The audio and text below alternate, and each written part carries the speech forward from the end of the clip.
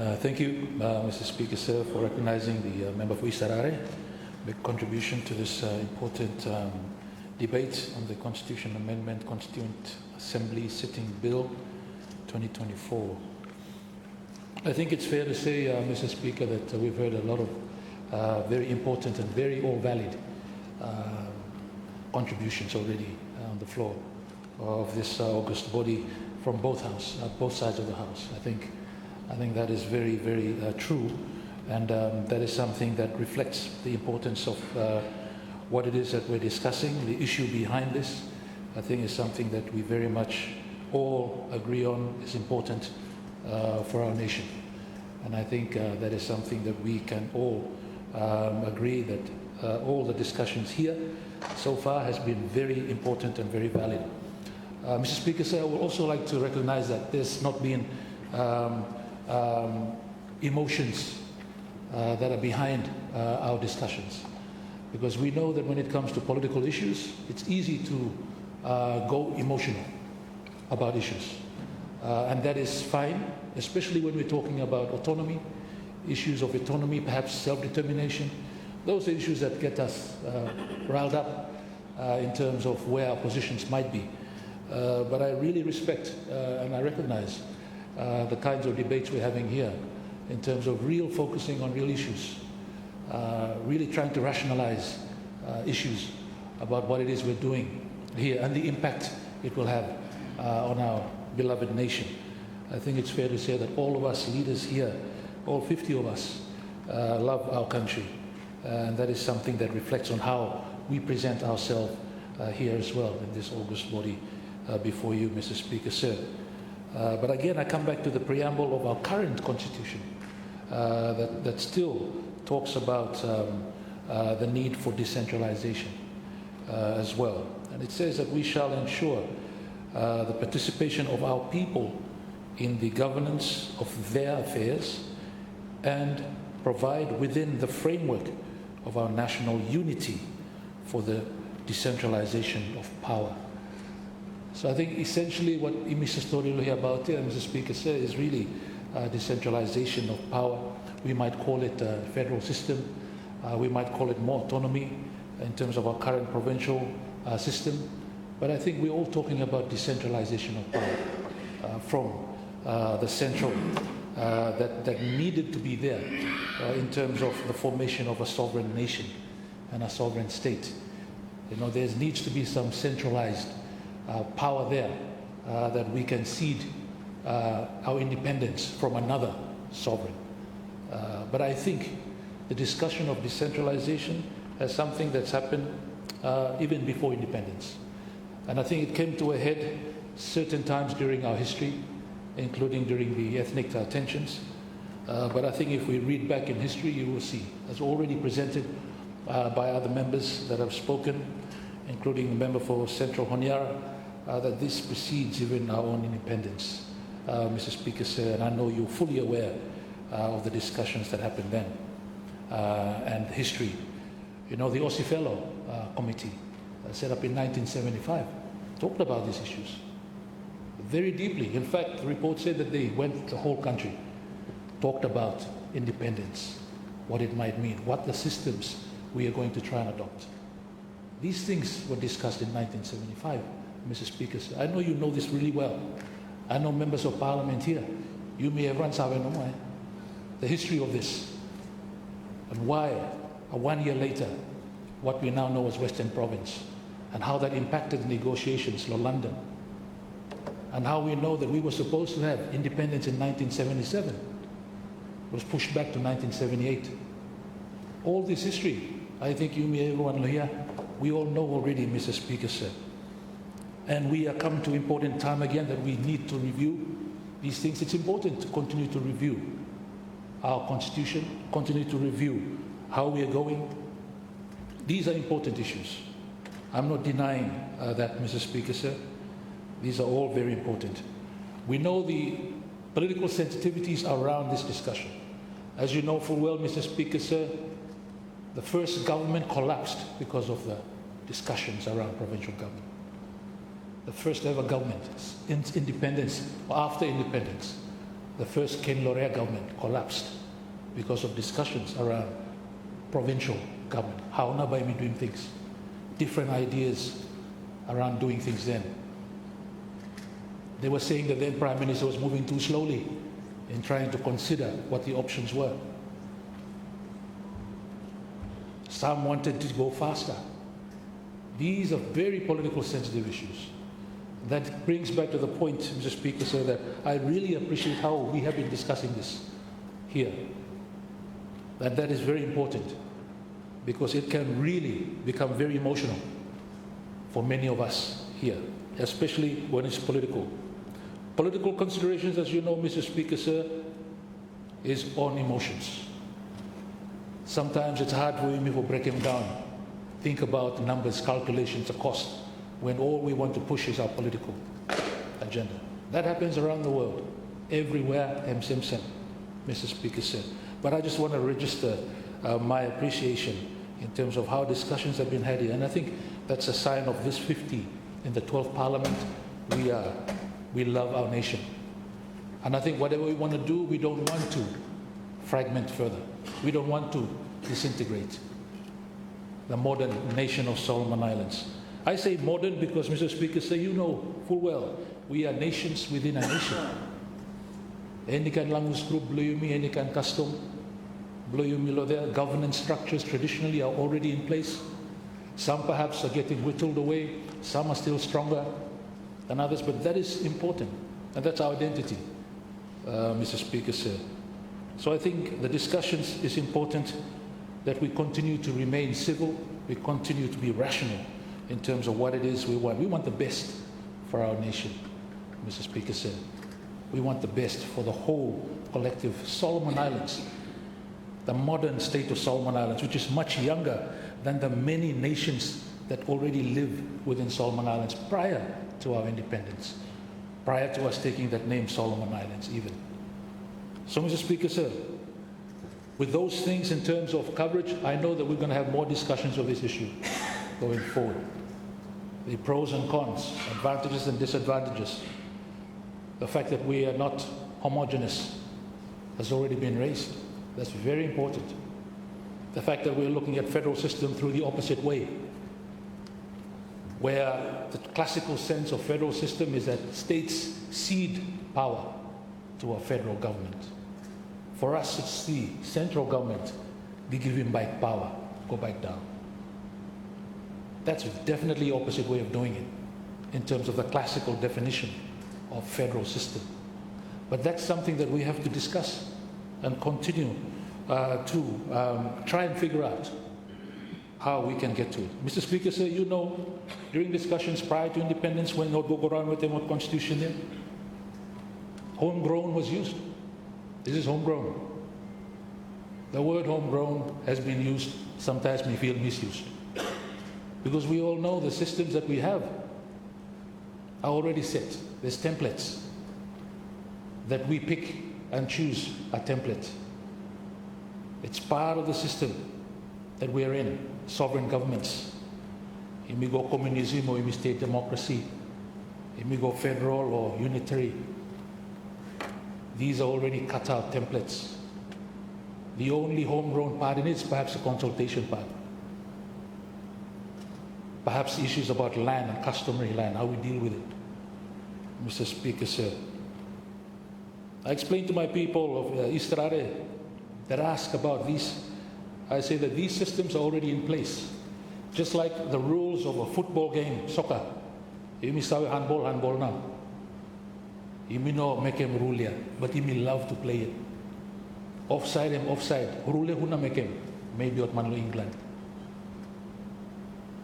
But we play the game, our own talent inside there. That's the homegrown part of it. But otherwise, these systems are already in place.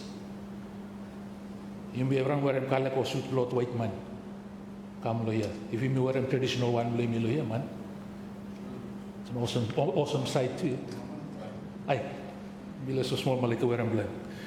But the idea I'm trying to convey across here, Mr. Speaker, sir, is that these systems are already in place. The laws that we adopted, the system that we adopted are already set in place, and we definitely chose to go a certain path. Nothing wrong with that, Mr. Speaker, sir. Every country in the world there. I think even King Solomon, nothing new under the sun. I'm right in. He clears this. So I think these are things that should bring us comfort in terms of finding the best system for us, the best way we can adapt and tweak. That will fit him now, context blaming, Los Solomon Islands. Fit him now, a particular context and specificities here. But these are issues we're going to continue to debate and discuss as this Constituent Assembly continues with its important work. The themes that the Minister for Finance raised, very important. Very important. We need to focus on those issues very, very well and in detail, Mr. Speaker. But we come here today, Mr. Speaker, sir, to look at a bill to amend the Constitution, which on its face is very simple. We talk no more about extending time and perhaps increasing more level number of Constituent Assembly. Very simple bill on the face of it. But the impact it has is quite profound. It's quite profound. Mr. Speaker, here I would like to raise the issue that was raised by the member for East Harare as well at the 11th Parliament about the need to really consider these issues. My recollection was that this bill that we're now trying to amend again was really pushed and rushed at the end of the last 11th Parliament. Some of us were questioning, why the rush? Why now? Hoping that we don't use constitutional amendments for our own narrow political agendas, knowing full well there was elections coming. I myself have raised this, Mr. Speaker, sir. Very concerned about this. Not about the substance of the matter itself, but in protecting our Constitution, Mr. Speaker, sir. We have to respect the foundation law that sets up our nation, that we don't treat it frivolously. You may make an amendment no just for meeting perhaps some narrow agenda believing. And once again, we presented with another amendment here, Mr. Speaker, sir, an amendment to the amendment. That old amendment that we doing last Parliament, Mr. Speaker, sir, have not yet expired. It expires at the end of this month. It's still alive, Mr. Speaker, sir. We all know that effectively it can't be implemented. We're only a few days away. But that amendment is still alive, Mr. Speaker, sir. So the point comes back to amending an amendment that is still alive. And the principle of perhaps us as Parliament are starting to treat the Constitution as something less than what it is. I think it's important for us to reflect on that too. What it is we're doing, the foundation of our nation. We are not respecting these laws. Nothing wrong with the amendment, Mr. Speaker, sir. It is provided for under the Constitution. The Constitution allows us to amend, but the reason for amending becomes weakened when we do it.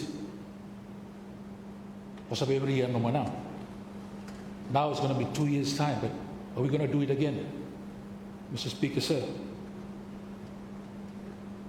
The amendment that we did last Parliament has not been implemented, Mr. Speaker, sir. And there's a need to amend yet again. I would like to think, Mr. Speaker, sir, that we allow this amendment to die a natural death. Come 31st December, die. It may leave it. Whatever reason it wasn't implemented. We leave it. Government, GNAT, you bring back another new amendment, fresh. Come. We've been enriched with a lot more discussions here that could help inform a new amendment that might come in. Mr. Speaker, sir. Because I think, just like we supported this at the last Parliament, we want to support this. But the idea is that we also want to protect our Constitution. at least those of us that really hold that principle close would like to do that. And we should not treat our Constitution frivolously by continuously amending it, setting deadlines that for whatever reason, for administrative reasons, cannot be met. These are issues, Mr. Speaker, sir, that weighs heavy, and it should weigh heavy on all of us as legislators, those of us that make the law, those of us who speak on behalf of our people, who also respect our Constitution. Mr. Speaker, sir, our inability to implement is an administrative matter. I think that is very clear. And in a way, it reflects us, parliamentary failure. All of us who voted, we failed. We failed. It's nothing to do with our Constitution. It is administrative, and it comes back to us as leaders, knowing full well that perhaps we may not be able to deliver, and yet still making laws. And this time around, it's just not any law. This is the Constitution of Solomon Islands we're talking about. So, Mr. Speaker, sir, it's on those grounds that I'm really appealing to the government to really relook at the amendment you're trying to bring again here. Hearing the discussions, Mr. Speaker, there's going to be a lot of processes. Maybe amendment could be a very general amendment, very aspirational, as is the case with constitutional language, not very descriptive, allowing Parliament to make a law on the process towards further decentralization. And in that law, that's where you put all the dates that we need to meet. Committee osem need for meeting osem, thematic group osem need for meeting times osem. It guides us and our work, gives the seriousness that we know all of us here want to deal with this matter with. But I don't think we can do those things in a constitution, Mr. Speaker, sir. It's a framework. And yes, indeed, Yash Guy wrote constitutions for island countries in the Caribbean, even Grenada. Where you are there, uniform lot police wear but all uniform lot police before. Every kaki. Hatia same, silver badge same. Governor General system same. You see that when you get to those countries. But it works for them. Maybe not for us because of our customary law, our land issues. Over there, many customary land, yeah? I mean, these are things that we can discuss moving forward. We know that there are only 2 countries in the world, Mr. Speaker, sir, that current federal system that are islands. Should look at those. Comoros, Indian Ocean, FSM, Lohia. Why only 2 out of the 54? That's things that we need to look at. Why do countries prefer a unitary system? Most countries in the world prefer a unitary system. A lot of them with devolved powers. United Kingdom with its Wales and Ireland, England, the UK is a unitary system, as you know, Mr. Speaker said. That's not state government. But every Prime Minister now there, Wales, Scotland, their own Prime Minister, own Parliament. That is not a federal system. That's a unitary system. The idea is that the devolution of powers, that over time gets to there, what money for fight here, war, end up blame us. But for us, guided by this principle of togetherness of our nation, of our modern Solomon Islands, we can accelerate these things as well. And Mr. Speaker, sir. But coming back to the issue we're dealing with the amendment, The government can bring amendment to the Constitution anytime. What I'm asking now is to rethink. We're only a few days until the current amendment expires. Nothing wrong with letting it expire. And then come back fresh with a new amendment to the Constitution. My suggestion would be something very general. Parliament will make laws on processes towards something like that, and then bring another act in. It's a holistic, all-of-government approach. All the issues that were raised by the Minister of Finance that impacts all the other ministries will be covered by that law in terms of timetables, how we want to do things. But I think if we are to put dates, then let's do it in a law, not do it in the Constitution. Do it in an act, not in the Constitution, Mr. Speaker, sir, because we've already done this already. We know that we can't implement, we're now getting to the end. We put 2 years, but who knows? Who knows whether we would implement by then?